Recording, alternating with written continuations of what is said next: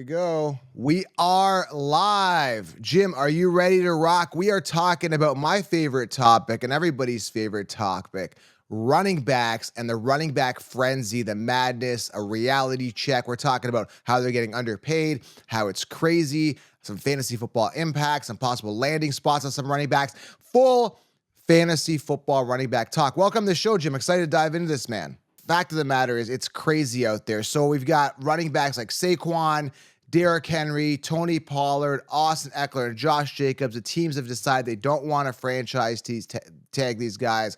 Man, it's going to be crazy, Jim. What do you, first of all, let's want to talk about that first, and then we can talk about some RB value. I think that goes in just our overall discussion because, again, these teams have decided that they don't want or need to pay up for these players. They've decided that they're not worth whatever they would cost to be retained.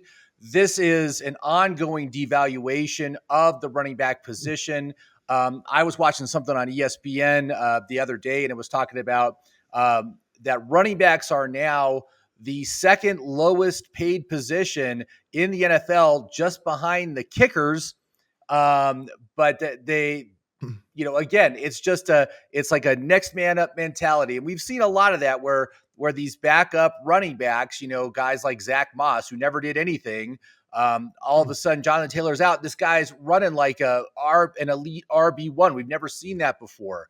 This is, and I think that's part of the reason why we're not seeing this and why we're watching their salaries continue to decline year after year, even though the salary cap is going up by a huge amount this year. It's not going to filter down to those running backs.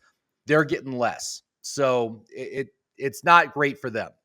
Yeah, and sometimes we come on, I'm hard on certain players that want to hold out, and I think Le'Veon Bell wanted to do it years ago, Saquon Barkley, all these guys, want to hold out. But last year, actually, people didn't really do that. Like Ekeler could have held out. There's other players that could have held out. They didn't. They're just JT was the only one. JT was the only one that held out. Yeah. So, I mean, everybody kind of just like, hey, man, I'm just going to take what I get. And, now you're a year older and how, that's going to be a problem for them trying to get any more money. So when we're talking running back, so again, landing spots is huge. I mean, I'm going to try to see. But first of all, we should talk about news and notes here because I like to do, the news and notes here before the show starts. And we're in February, and there's really no news and notes. I mean, there really isn't, other than I'm hearing Anthony Shoulders making good progress. T. Higgins, they want to retain him, and then Michael Pittman, they want to tag him possibly as well. And I don't think they've tagged anybody since Pat McAfee, I heard years ago. The Colts just don't tag a lot of people. What were you gonna say? Yeah, I think the only news we can talk about is that the Combine opens today, and it's going to go through the weekend. So we're going to have some really great information on the rookie players next week. So I'm excited about that. So that's some news. That's something that's happening, and we're going to see some stuff this weekend. So that's good. Yeah, I think at this point, everybody's looking for sound bites. We had the Super Bowl sound bites. Now things are kind of dwindling down. What do we talk about now? And, at this point, fantasy, you can talk about year long, but there just isn't anything compelling on the news to talk about. So, again, back to the running back talk here, Jim, real quick. When you're looking at the situation, the scenario, so those 5 running backs particularly, let's talk about, I guess, Austin Ekeler. What do you think happens to Austin Ekeler? Do you think who wants that guy at this point? I mean, do you care for him? Would you, if you're a team? Well, no, absolutely not. I have no interest in him at all. He's fallen way far on the draft board. I think he's like an 8th round pick right now. Truly, his value is only in his receiving skills. He really just can't get it done on the ground anymore. And he's going to go into a new situation. Where is he going to end up? Who's going to want someone like Ekeler? I could see like someone like I don't know, the Panthers, trying to get some big names onto their team to generate some excitement. But he's just, for me, completely irrelevant for fantasy. And we talked about these older running backs and how there's so many right now that are just at the tail end of their careers. Aaron Jones and Raheem Mostert and these guys. I don't think they really have that much left in the tank, and I'm not willing to invest in them unless I can get a really good deal. But where they're going on the draft board is not a deal. So, not interested. Yeah. I mean, there are situations where, like the Tennessee Titans, one of their needs is running back. They have Tajay Spears, but it's nice. They need some depth at that position, right? I mean, Henry carried over 200 carries. Can Tajay carry that? And he could very well, but they definitely need backup. So I could see guys like an Eckler or a Pollard ending up on a team like Tennessee where they do have that type of need to add a little bit of depth to their chart, don't you think? Oh, see, now I would say in Tajay's case, no, because he's already the receiving back. What they need is like a between the Yeah, tackles, true. um, a hard nosed running guy, like a Derrick Henry. They need a player like that. So I could see them going into the draft and picking someone up in like the third or fourth round. And if that happens, then I'm all in on Tajay. I think Tajay is the clear number one in that backfield. Yeah. I don't really think Tennessee's going to be in any market for any of these five free agents we were just talking about. So Yeah. So CB says, morning, Joe and Jimmy, man. Welcome. Look at these guys. They're diehards. They're here in the off season when it's the dead of the season. You gotta appreciate the dedication. When this thing has thousands of people in August, we'll remember CB and Henry Jolly. Is it Jolly? Or how do you say it? Is it Jolly like I'm or Jolly? Jolie, Jolie. I don't know. Jolie, yeah. Jolie. So yeah, he made it. And then we have Mark Stone. He said he's watching us from work. That's dedication. That's dedication. Awesome. We appreciate that. And Tattoo Destroyer, another regular here saying, good morning. Good morning, Tattoo Destroyer. That's All great. right, guys. Kick So, ass, man. We're happy to have you here. yeah, it's been great, man. I had a lot of views on a couple other videos that went out on some running backs and sleepers and stuff. People are interested. Like, the casuals tend to come on. Your league mates tend to come on. I would say May, June, they start looking. Because I remember I was in a diehard league. And this is going back, man, 2012, 13. Like my friends were like big time football fans. And I was looking at this time, like February. They're like, dude, we don't even start looking till like June, July, right? So Right. these are like people that are diehard football fans. And the same old excuse is like, well, injuries happen. We don't know what's going to happen. I understand that, but it's still never too early to look at situations, scenarios, free agency, and just be aware of it this early. Some people just literally wait to the last minute and just draft, a week before for the draft. And that's a big mistake when it comes to fantasy, Jim.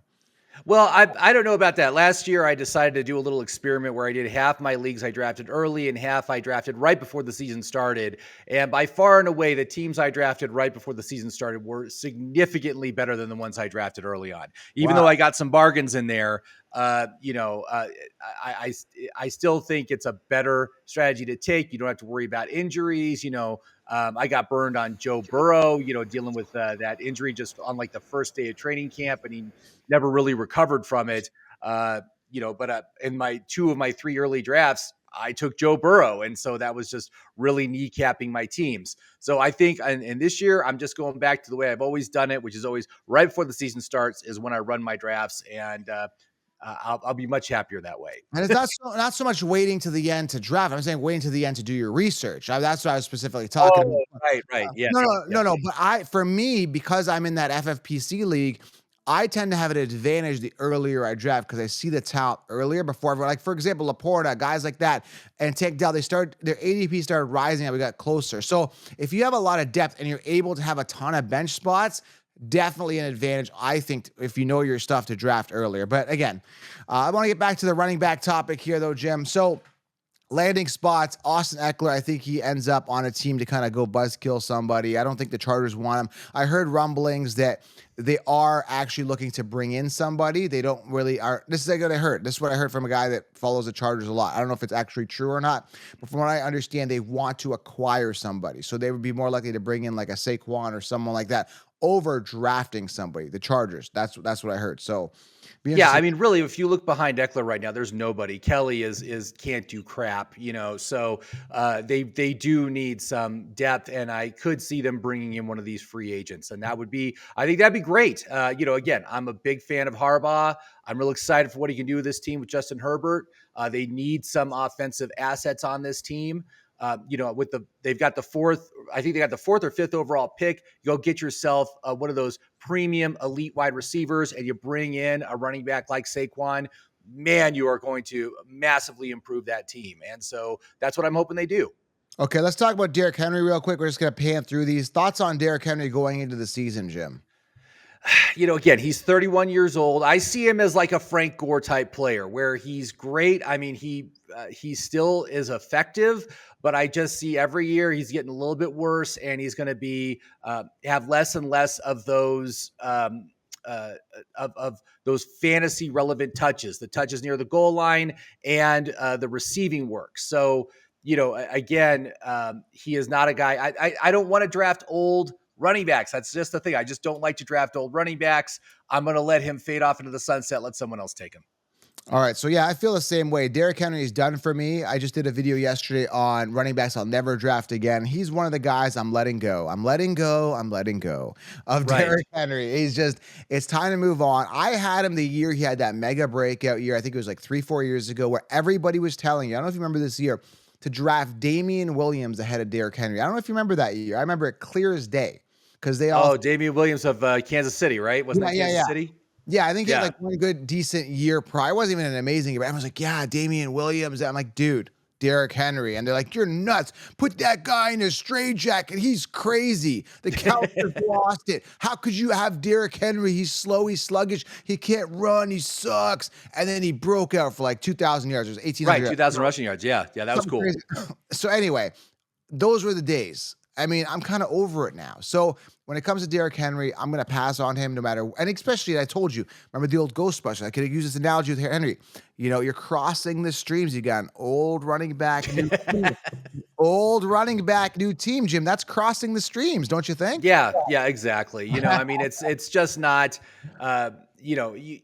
he's never going to be better than he was the prior season. And so, and with running backs, we see they tend to just fall off a cliff. Look at Ekeler. He fell off a cliff this past year, just complete ineffectiveness after a great season. And that you see that all the time. Like age 27 is oftentimes the best season ever that a running back will have. And then after that, it's just cliff diving. So, I don't want that. I want the players with the upside. I want them to have the potential to do better than they did the prior year. That's what I'm looking at. Oh, look at this. Eddie H has just given us information. This is why I like doing lives, because sometimes I'm on top of the news, Jim, but sometimes I miss stuff. I don't know if this is true, but Eddie's saying Titans GM leaked Tajay Spears will be the bell cow in Tennessee next year. Wow.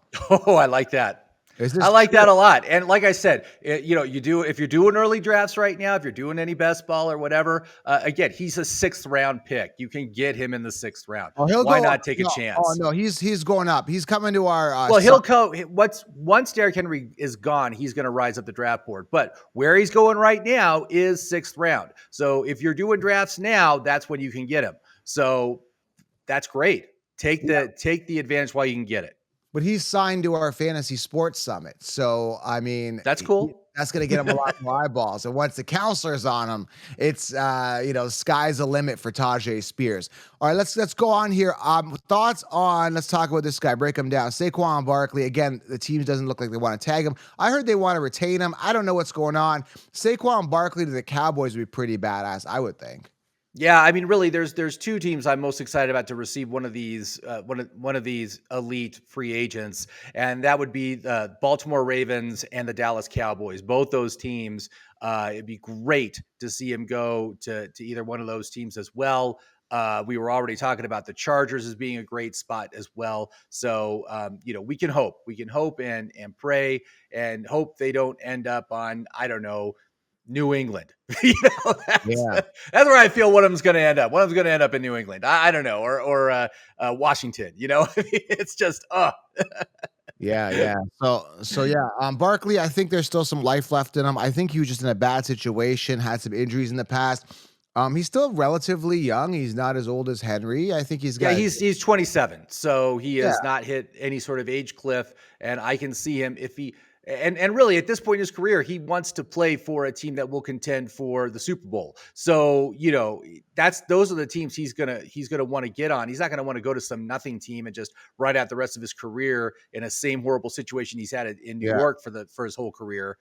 So we'll see where he goes. But I still have faith in Saquon. I think he can still do it for sure. He's still got some juice in the tank. Got to check his ADP. Josh Jacobs still relatively young. I mean, I was never excited about Jacobs. He's entering his fifth, 6th season, something like that. And he's like 26, so he's younger than Saquon. And I mean, he had a great season 2 years ago. I knew he was going to crash and burn this past year because of his usage. I think he had over 400 touches and targets in 2022. And of course, that regressed significantly this past year. But I see him in line for a strong bounce back. I have faith in Jacobs. I think he's a good player. He's a good running back. I'm So not a fan of him, but that's personal. You guys don't know the story. A couple years ago, he got in my DMs and wanted to fight me, and then when I accepted the challenge, he blocked me. So I'm still a little upset about that. I would have liked to box Jacobs, and I'm not boxing these guys when they're washed up. Like when they're like nobody talks about Le'Veon Bell now, and it's like I'm still relevant because I'm still in the fantasy football. That's why I was telling you, fantasy football is better than reality because these running backs, I think they're all tough when they're in the NFL, and then when they're out of the NFL, nobody remembers them. And it's like, okay, well, yeah, I'm bigger than you now, so I don't really care. Like Matt Forte. Remember how big he was? Nice guy. I had no problem with it. I never talked to him. But everybody knew Matt Forte. And everyone's like, Joe, Matt sure. Forte's better than you. He's smart. Like, I remember when I was just getting fantasy. You are nobody, Joe. And Matt Forte's a superstar. Nobody remembers. I mean, there's people that remember Matt Forte, but he's not as big as he was. Or even like a Stephen Ridley or some of these guys that, like Garrett Blunt. Remember all these guys? Like, people kind of remember those names, but it's kind of like an afterthought. Everybody's in the here and now. And like, what can you do for me now when it comes to fantasy football? So, Hey, Josh, if you want to have a mind trip, just go back and look at the fantasy football top 200 list from 5 seasons ago. You're gonna be like, who the hell are these people? I mean, there's names you'll obviously recognize, but there's gonna be names on there. You're gonna be like, who is? Why is this person a third round pick? I don't even know who this person is. I mean, it just goes down the memory hole. let me just for fun here. Let me go to it real. Like for example, 2015, which is only 9 years ago. Like it's not Right. that much. Chris Ivory, Latavius Murray, D'Angelo Williams, Lamar Miller, Doug Martin, Danny Woodhead. Like Woodhead was a top 3 running back in Mm-hmm. 2015. Doug Martin was number 4. Remember the muscle hamster? People be like, who the heck's the muscle hamster? I don't remember the muscle hamster. That was his nickname. Like people don't remember that. Like Matt Forte was number 7. Like Theo Riddick. Remember Theo Riddick and James Starks? Remember those guys?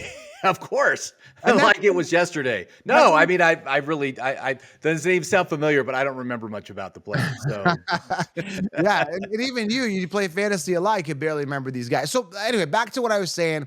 Josh Jacobs, it's like, dude, like I'll box you now, but if you want to box me when you're washed up like Theo Riddick, forget it. I'm not boxing you. I want the next guy. Give me the guy that's relevant. Anyway, I'd prefer to stay away from boxing altogether myself. So especially professional athletes, right? It's probably right. not a good idea. All right, next guy here. What do you think of Tony Pollard here? Like, first of all, can I get credit here, Jim? You knew I was saying Pollard's gonna bust last year, like I did Ekeler. Everybody was riding Pollard. He was a first-round pick. You Right. avoided him too, right? Yeah, I didn't take him up in any of my drafts, and he's a good complementary piece. I mean, he's the kind of player that is a good receiving down, third down back, right? And I think he still has the talent to do that. He just doesn't have the talent to be a workhorse. So I think I want to see where he goes.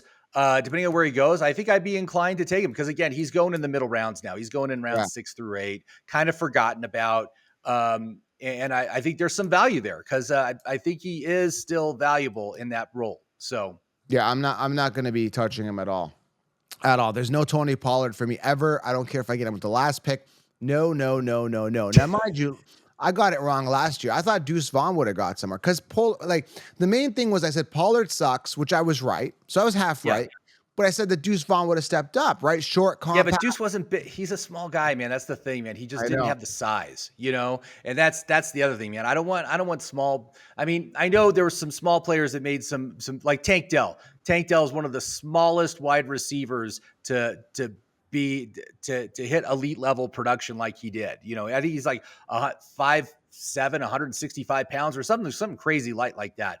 He did great. And we've seen some smaller wide receivers do it. But man, when it comes to the running back position, you got to have some mass on your body. You got to have the size and the strength to push through lines and stuff. And so you need to be big. You need to be a big guy. So Yeah. Yeah, guys. So yeah, let's talk again. Let's talk about the value of running backs as well, and anything else you want to cover with running backs. Those are the main guys that are not going to probably get franchise tag. That's crazy that these. I mean, you got to understand that people want the youth, they want the upside of running backs. These guys are old, kind of getting to the washed up twilight years.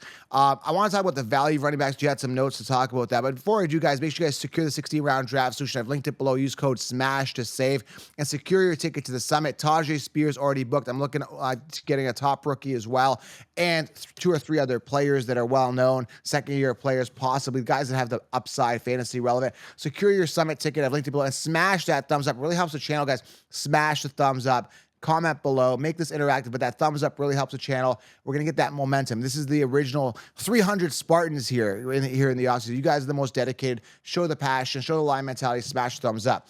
All right, Jim, anything else about running backs? Do you want to talk about their value these days? Anything else? Well, I'm sorry, you just kind of froze up there right when you were good about to Yeah. say what you wanted to talk about.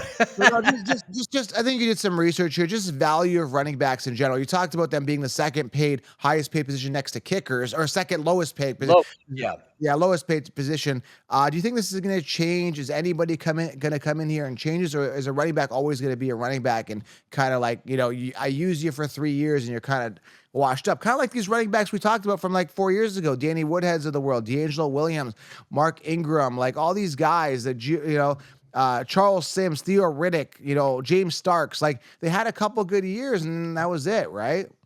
Yeah, I mean, it's look, it's a rough sport, and it's probably the toughest position in the sport besides the quarterback position. But you look at the top 10 last year, and these guys were spread out all over the draft board. I mean, you got the early round players like Christian McCaffrey and Derrick Henry and Jahmyr Gibbs. Those guys were all going in the first couple of rounds. But then you got guys that were in the middle rounds. You had Joe Mixon, you had Rashad White, David Montgomery. These are all guys going in rounds like 7 to 10. And then you even had guys in the late rounds, the Kieran Williams, the Raheem Mosterts, and all these guys ended up in the top 10. And so, I know that you're a big fan of the robust running back strategy. I'm not sure it's necessary anymore. I think I think the talent is distributed around the draft board, and you can see it. Like, I'm doing best ball drafts right now, and they're very heavy wide receiver this early in the season. But even saying that, compared to like 2021 season, I looked at the top 12 players taken. It was 9 running backs and 3 wide receivers. Right now in the first round of best ball drafts this year, only 4 running backs go in the first round, 8 wide receivers go in the first round. It's flipped. It's totally flipped. And so because of that, the high draft capital you used to have to spend to get yourself a running back, you don't need to anymore. I think it's more spread out, and on the same side, we always said, oh, there's great wide receivers available later. That's becoming less and less of a thing. That the wide receivers are going much quicker now. So those good wide receivers that used to be able to get in rounds 4 through 8 are now going in rounds 3 through 6. And so that kind of for me, it kind of makes me want to modify and evolve my strategy to reflect this stuff, to make sure that I don't get locked out of some good wide receivers, and still I can get good running backs later. So that's what I've been seeing in the draft board. Well, we're gonna find the gems for you in the 16-round plus tool. Jim's gonna when's the 16-round plus tool coming out, Jim? Well, I'm working on it right now. It'll be ready to go soon after the NFL draft. The NFL draft is the last weekend in April, so I got to put down May 10th as when it'll be fully ready to go. But I'm putting stuff in it right now. I mean, I'm doing the research. I've got all the contract year players in there, things like that already. But there's no projections. There's none of that stuff yet. So still working on that. Yeah, so you can also pre-order the 16-round draft solution. I've linked it below. Use code SMASH to save. And make sure you guys do secure a ticket to the summit. It's going to be pretty amazing. It's going to be like this, but we're going to have athletes in here. There's going to be a PS5 giveaway. We're going to do a mock draft. Everything. It's going to be fun. It's going to be music. It's going to be lights. Grab a drink and hang out, maybe some beverages, some milk and the cookies, and we'll have a pop and chip party or something like that. So it'll be fun. No, seriously. So the Fantasy Sports Summit, that's coming soon. working on that hard, trying to lock down the talent. So far, Tajay Spears is the only one I've got, but I got some surprises up my sleeve. This is gonna be good, man. It's gonna be good. Yeah, So yeah. that's it, And Jim. like I said, get a couple of rookies in there too, because there's a lot of good rookies in the draft this year. So Yeah, we got a quick question here. What's the question? Yeah, we'll do a Q&A here as we wrap. Let's do a Q&A. If you guys have any questions, drop them below. Let's do a Q&A. Hey, guys, if you had an early first-round pick, Breece Hall, wide receiver, and is early third round reasonable to take Derrick Henry if available?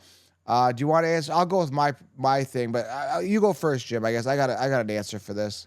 well, I got to tell you, my strategy this year is I want to get myself an elite rushing quarterback, and I've been targeting him typically in the third round. You know, you get yourself a Josh Allen, a Lamar Jackson, a Jalen Hurts. That's kind of been my overall strategy. Is I want that elite rushing quarterback upside instead of a third round pick. Again, with Derrick Henry, look at what he did last year, and it'll be worse this year, and so it's like, even at a third round pick, are you really is there any upside there? I just don't see any upside for Derrick Henry heading into the next season. So that's where I'm back. There's probably other running backs that are better that you could take in the third round. You cut off there, Jim, for a second, but I think we got the gist of it. Yeah, I'm going definitely Breece Hall round 1. Wide receiver, and again, I got to see who's available. It's way too early to tell. I still think you get value at quarterback. I think you can still get, a Jordan Love, a Jared Goff, something like that. But yeah, you're going to probably miss out on some of the upside guys like a Josh Allen, Pat Mahomes, Jalen Hurts, guys like that. If you don't get that quarterback in round 3, I would guess. Still very The early. thing with the running quarterback is, those guys, the rushing yards is such a cheat code for the quarterback position. And you look at both Josh Allen, Jalen Hurts, 15 rushing touchdowns last year. And I think Lamar had like 7 or 8. I mean, it's so valuable to have for your fantasy football team. And so that's why that's what I'm doing. My best teams in each of the past 2 seasons have involved having Josh Allen or another elite rushing quarterback. So I'm in on that strategy. That's what I'm going in for my third round. So All right, guys, we got to roll out here. I got an appointment here. Got to hit the dentist, get a cleaning. As you can see, teeth could be a little brighter and whiter. Getting ready for the season. Make sure you guys do subscribe, thumbs up, turn on that bell. The bell is the main thing. You don't want to miss these lives. And yeah, we're going to start. I'm thinking of doing this, 5 days a week, during prime time. But right now, I'm just trying to get into the groove of this live thing. So I think it's a lot of fun, to be honest. yeah, it's great. It's great. So Yeah. we're going to be doing that twice a week. And then also every Monday, I've got a live draft that I'm doing. So we're going to, we're really paying attention. Where are the players going? How to build the best roster. And so right now I'm doing best ball drafts, and you can check that out as well. Once the app gets ready, we're going to incorporate the app into the draft tool, into our mock drafts and such. And so, lots of good information there as well. Well, Jim will be here twice a week on the lives. I'll try to do it 5 days a week. You know what I'm saying? Oh yeah, I'm sorry. I was just talking about me. Sorry. Yeah, Jim's gonna be there twice a week, and then we're gonna do a Monday mocks, which he's gonna record, and then I'll post it for the Monday mocks. So that's it, guys. Schedule's coming out. It is still February. It's a leap year, so it should be March, but it's February 29th. So if you're born today, you're only gonna have a birthday once every 4 years. Sorry to tell you. That's right. Doesn't that suck to be born on a leap year? Like, that sucks, dude. It is. Well, I think it's kind of unique, and on the other years you just have your birthday either on the 28th or the 1st. It's fine. It's not fun. All right, guys. All right, guys. We're out. Subscribe, thumbs up. Hope you guys enjoyed the show. Fantasy Football Running Backs 2024. We're out.